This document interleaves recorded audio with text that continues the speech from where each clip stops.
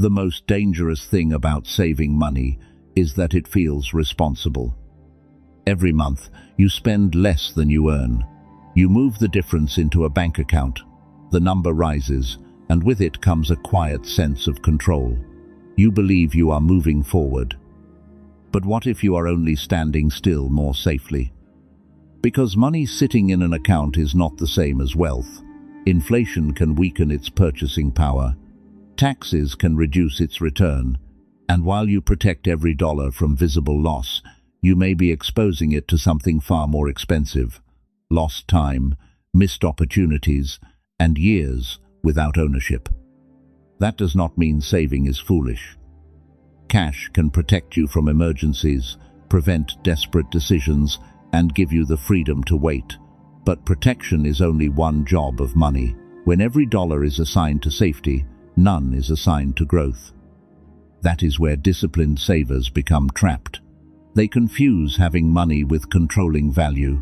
They build a larger reserve, but never build the skills, assets, or systems capable of producing more. Machiavelli understood that power does not belong to the person who merely possesses resources. It belongs to the person who can direct them. Your financial life follows the same rule. In this video, you will learn when saving is intelligent, when it quietly begins working against you, and how to give every dollar one of 4 strategic jobs. You will also discover the ownership ladder, a practical way to move from financial survival toward assets that can produce value without risking the foundation beneath you. This is not an argument for gambling your savings. It is a system for knowing what to protect, what to deploy, and what to build. If you are ready to stop thinking only like a saver and start thinking like an owner, write one word in the comments. Owner. Not for me. As a decision about the direction your financial life takes from here. A bank balance is one of the easiest financial numbers to understand. It does not fluctuate wildly. It does not send alarming headlines to your phone. $10,000 still appears as $10,000 tomorrow. That stability makes cash feel safer than almost anything else you can own. But the balance tells you only how many units of currency you hold. It does not tell you how much life those units can buy. Imagine 2 people who each saved $50,000. The first reached that number 10 years ago and left it untouched. The second reached it today. Their accounts display the same balance, but they do not possess the same economic power. Housing, food, insurance, education, and services may now cost more. The number survived. Part of its purchasing power did not. This is the difference between nominal money and real value. Nominal money is the figure printed on the statement. Real value is what that figure can command in the world. The illusion becomes stronger because cash rarely shows its losses dramatically. When an investment falls 20%, the damage is visible immediately. When cash loses purchasing power slowly, no red number appears. Nothing seems to have happened. The account looks intact, so the saver feels protected. Yet financial safety cannot be measured by stability alone. A ship tied permanently to the harbor may avoid storms, but it also never carries cargo, discovers new markets, or produces a return. The harbor is valuable during danger. It becomes a prison when staying there becomes the entire strategy. Cash works the same way. Its strength is not growth. Its strength is readiness. It pays bills during unemployment. It prevents you from selling investments at the worst possible moment. It lets you respond when an emergency or an opportunity appears. The mistake is not keeping cash. The mistake is asking cash to perform a job it was never designed to perform, building long-term wealth by itself. A strategic person therefore measures money with 2 questions, not 1. First, how much do I have? Second, what can it still buy, protect, or create? The first question measures quantity. The second measures power. And before you move a single dollar out of savings, you must understand something equally important. There are situations in which keeping cash is not weakness. It is one of the most intelligent financial decisions you can make. Keeping cash is not a failure of ambition. In the right amount and for the right purpose, it is a form of power. The first purpose of savings is survival. If your income disappeared tomorrow, how long could you continue paying for housing, food, transportation, insurance, and essential obligations without borrowing or selling assets under pressure? That period is your financial runway. There is no universal number that fits everyone. Someone with stable employment, low expenses, and multiple sources of income may require a smaller reserve. A freelancer, business owner, single-income household, or person supporting a family may need considerably more. The correct amount depends on the fragility of your income, the predictability of your expenses, and the number of people relying on you. Savings are also intelligent when the money has a short-term assignment. Rent due next month, taxes due next quarter, a medical expense, home repairs, or a planned purchase should not be exposed to unpredictable market movements. If the deadline is close, availability matters more than potential growth. Cash provides something productive. Assets cannot always guarantee immediate liquidity. A valuable property cannot pay tonight's bill unless it can be sold or borrowed against. A business may be profitable and still lack available cash. Even a strong investment can become dangerous if you are forced to sell it during a temporary decline. This is why a cash reserve does more than protect emergencies. It protects your other assets from bad timing. Cash can also preserve optionality, the ability to act when conditions change. It allows you to leave a destructive job, negotiate without desperation, survive a weak business cycle, or take advantage of an opportunity without first asking a lender for permission. But useful savings must have a defined mission. One portion covers emergencies, another covers known short-term obligations, a third may be reserved for a specific opportunity. Once those purposes are adequately funded, continuing to accumulate cash out of habit deserves closer examination. The strategic question is not, should I save or invest? It is, what amount must remain safe so the rest can be used productively? That distinction prevents two opposite mistakes: investing money you cannot afford to lose and keeping money idle that you do not need to protect. Saving becomes intelligent when it purchases resilience, time, and freedom of action. It becomes limiting when safety stops being a foundation and becomes the final destination. Once your emergency reserve and short-term obligations are covered, additional cash faces a different test. The question is no longer whether it feels safe. The question is whether its return preserves what the money can actually do. Suppose a savings account pays 3% a year while your cost of living rises by 4%. The balance grows, but its purchasing power falls by roughly 1% before taxes. If the interest is taxable, the real outcome may be weaker still. This is the real return, what remains after accounting for inflation and, where applicable, taxes and fees. A positive result means your purchasing power increased. A negative result means you gained currency but lost economic strength. That is the first cost of idle money: erosion. The second is opportunity cost. Every dollar can be used only once. Money held beyond your genuine need for liquidity cannot simultaneously reduce expensive debt, develop a valuable skill, finance a productive business, or acquire an income-producing asset. This does not mean every alternative would have succeeded. Businesses fail, markets fall, education can be overpriced or useless. Opportunity cost is not an imaginary guaranteed profit. It is the potential value of the best reasonable alternative you repeatedly refuse to consider. The third cost is time. Productive assets never guarantee growth, but many forms of ownership need time for earnings, experience, reinvestment, and compounding to accumulate. Waiting 10 years does not merely postpone your first contribution, it removes 10 years from the process. These costs are dangerous because they produce no visible bill. Inflation sends no invoice. Missed opportunities do not appear as withdrawals. Lost compounding is absent from your bank statement. Your account can look perfectly healthy while its possibilities quietly shrink. But this is not permission to rush. Moving idle cash into something you do not understand is not strategy. It is exchanging a slow, measurable risk for a faster, less predictable one. The intelligent response is to give every dollar a purpose and a time horizon.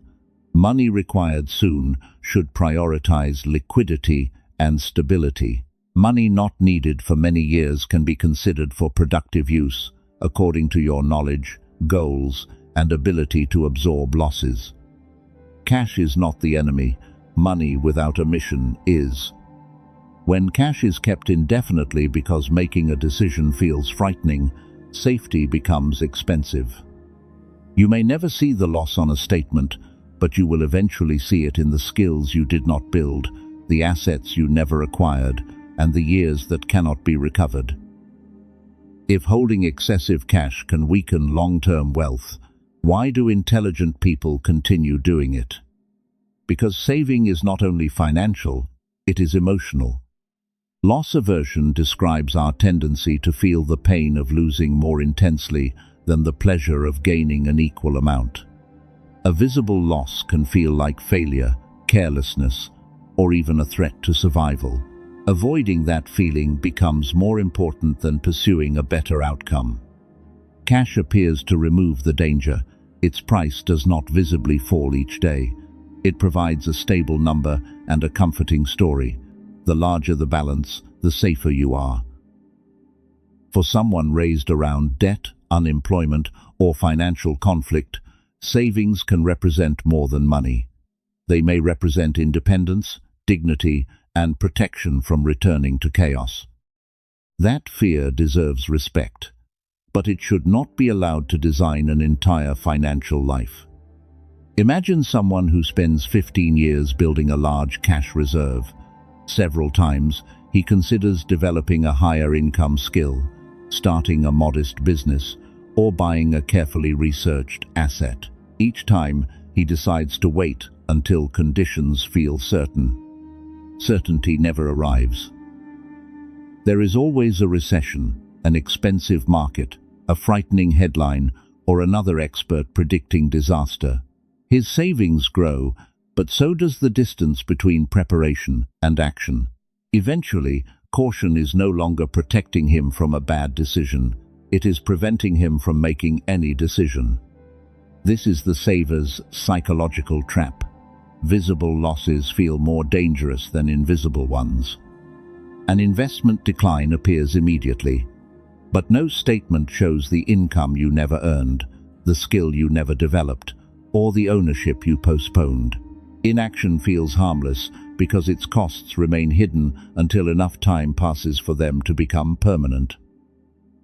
The solution is not to eliminate fear. Fear can reveal that you lack knowledge, that a risk is too concentrated, or that your foundation is too weak. The strategic response is to turn fear into rules. Define what must remain protected. Decide what level of loss you can survive. Study before committing capital. Begin with an amount small enough that mistakes become tuition rather than catastrophe. Then act consistently instead of waiting to feel fearless. Financial courage is not reckless confidence. It is the ability to remain cautious without becoming permanently paralyzed. At that point, saving becomes a question of control. Are you directing your money according to a deliberate strategy, or is fear making every decision for you? Machiavelli wrote about political power, not modern investing, but one principle runs through his work. Possessing resources means little if you cannot direct, defend, or use them strategically. A ruler might inherit a treasury, an army, and a territory. Yet if he depends entirely on unreliable allies, foreign soldiers, or institutions he cannot influence, his apparent strength is fragile. The resources exist, but control belongs elsewhere. The same distinction applies to money. A large cash balance gives you purchasing power, but it does not automatically give you control over the forces determining your financial future. Your employer controls your salary. Inflation influences what your money can buy. A bank determines the interest paid on your deposits. If all your wealth depends on those systems, you possess money while remaining dependent on decisions made by others. Ownership changes your position, but only when what you own is productive and understood. A valuable skill gives you greater control over your earning power. A sound business gives you some control over how value is created and distributed. A share in a productive company gives you a claim on its future earnings. An income-producing asset can reduce the degree to which every dollar depends on another hour of your labor. None of these forms of ownership guarantees wealth. A poorly managed business can fail. An overpriced asset can decline. Debt can turn ownership into vulnerability. Control is not simply having your name on a document. It is understanding the resource, surviving its risks, and retaining the ability to make rational decisions when conditions become difficult. This is why the strategic objective is not to own everything. It is to gradually control more of what creates value in your life. Begin with the resource closest to you, your capability. Knowledge, reputation, relationships, judgment, and useful skills cannot remove every risk, but they make you less dependent on a single employer or income source. They also help you evaluate other assets more intelligently. Then use the surplus created by that capability to acquire productive ownership without destroying the financial foundation that protects you. This creates a more resilient sequence. Build capability. Increase income. Preserve a reserve. Acquire productive assets. Reinvest the results. The saver's final objective is a larger pile of money. The strategist sees money as a temporary instrument, something to protect when necessary and deploy when the expected reward justifies the risk. Machiavellian financial power is not reckless aggression, it is controlled dependence, reducing how much of your future rests in hands you cannot influence. The goal is not merely to have more money. It is to gain greater control over how value enters your life, where it goes, and what continues producing when your labor stops. Most financial confusion begins when people ask every dollar to perform the same job. They save money meant for growth, invest money needed for emergencies, or spend money that should have purchased future freedom. A better system gives money 4 separate jobs. The first is survival. This money keeps your life functioning today.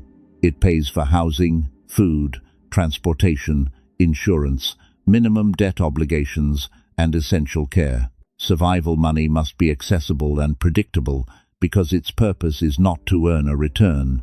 Its purpose is to prevent immediate disruption. The second job is stability. This includes your emergency reserve and money for known short-term expenses. Stability protects you when income stops, a major repair appears, or life refuses to follow your plan. It also prevents you from borrowing at punishing rates or selling investments during a decline. Survival handles what you expect. Stability absorbs what you do not. The third job is growth. Growth money is capital you will not need in the near future.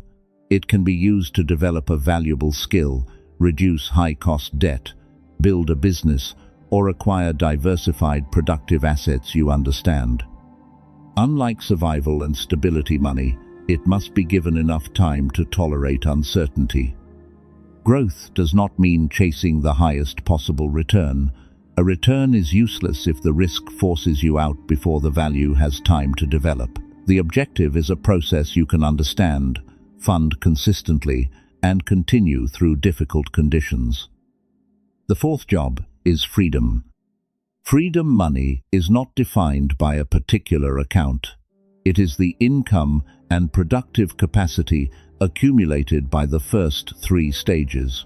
It gives you control over your time, allows you to refuse destructive work, supports people you care about, and reduces the number of decisions made under pressure.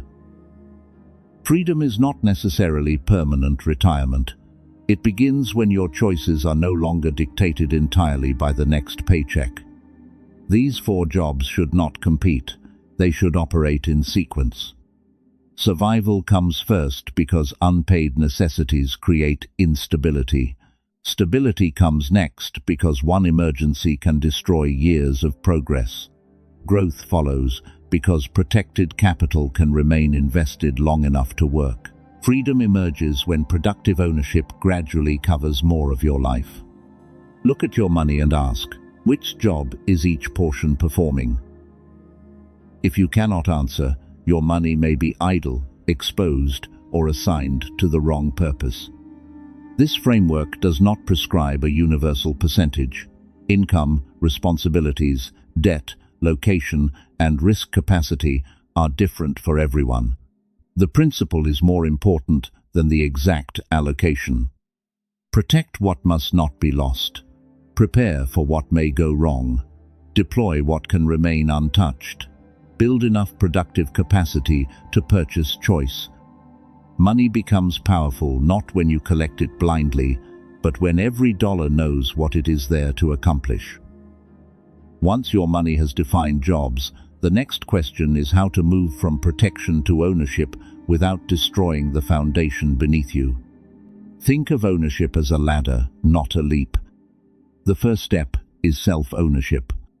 Before purchasing complex assets, increase your ability to create value.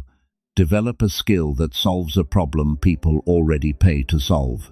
Improve your judgment, communication, sales ability, technical competence, or knowledge of an industry. A stronger earning capacity creates the surplus required for every later step. The second step is financial control. Eliminate debt that compounds against you at a high cost. Build the cash reserve appropriate to your responsibilities.